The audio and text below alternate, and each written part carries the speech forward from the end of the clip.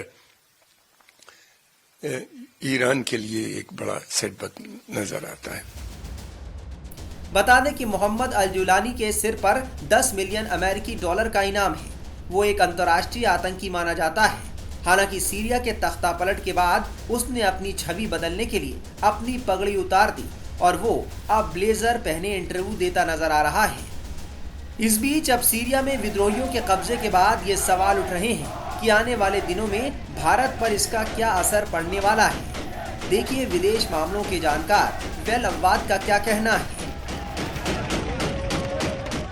Indian سرکار میں تو ہر دیش میں، ہر دنیا میں ہر سرکاری کے ساتھ میں تو دوستی بن رہا ہے. مطلب یہ طریقہ ہے پولیٹیکل انٹرنیشنل ریلیشن.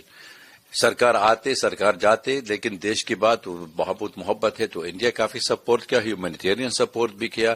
سیرین مسئلہ کا حل، سیرین بائی سیرین فور سیرین، یہ تو انڈین پوزیشن ہے. کوئی یوتھ نہیں مانگ رہی، کوئی فورن انٹروینشن نہیں مانگ رہی. UN چارٹر اپلائی کرنا چاہیے.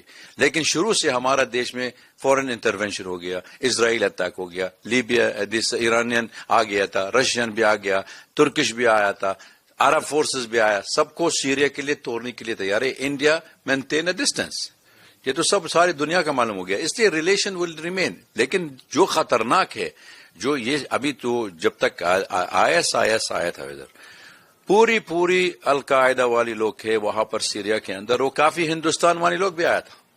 یہ مطلب 200 کم سے کم 200 انڈین بھی آ گیا وہاں پر. اس لیے تھوڑا سے ڈر لگتا ہے یہ it will become hub of terrorism.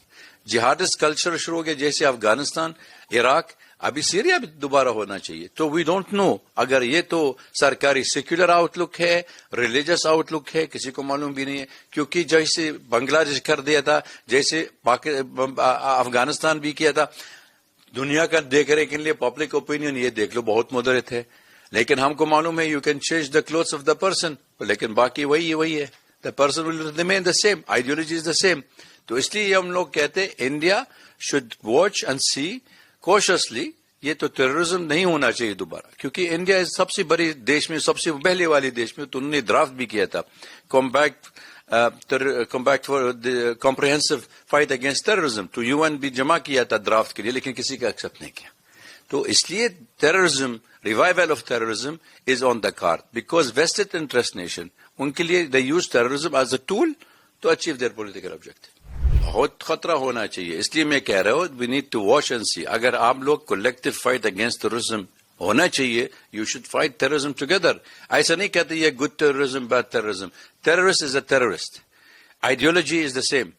ایک ٹیررسٹ مار دیں گے لیکن آئیڈیالوجی رہنا چاہیے, ان کے ساتھ میں کوئی فرق نہیں پڑتا. یہ پوری دنیا میں کہ اگر سیریا کل توڑنے کے لیے تیار ہے اور they turn Syria to Kandahar, پھر اس کی دوبارہ آپ سمجھ لو پوری انٹرنیشنل گلوبل ٹیررزم آ جائیں گی. تو اس کا مقصد ایک ہی ہے, انٹرنیشنل انٹرونشن ان سیریا. تو ہر سیریا ڈس انٹیگریٹ کر رہا ہے. اور دوسری بات can be spread to Baghdad, to Tehran, to New Delhi. تو ہو سکتا ہے, it's all open, the options are open. تو اس لیے one has to watch and see what is the development. کون فورسز ہے اس کے پیچھے جو سیرین سرکاریں جلدی سے جلدی چھوڑ دیا تھا.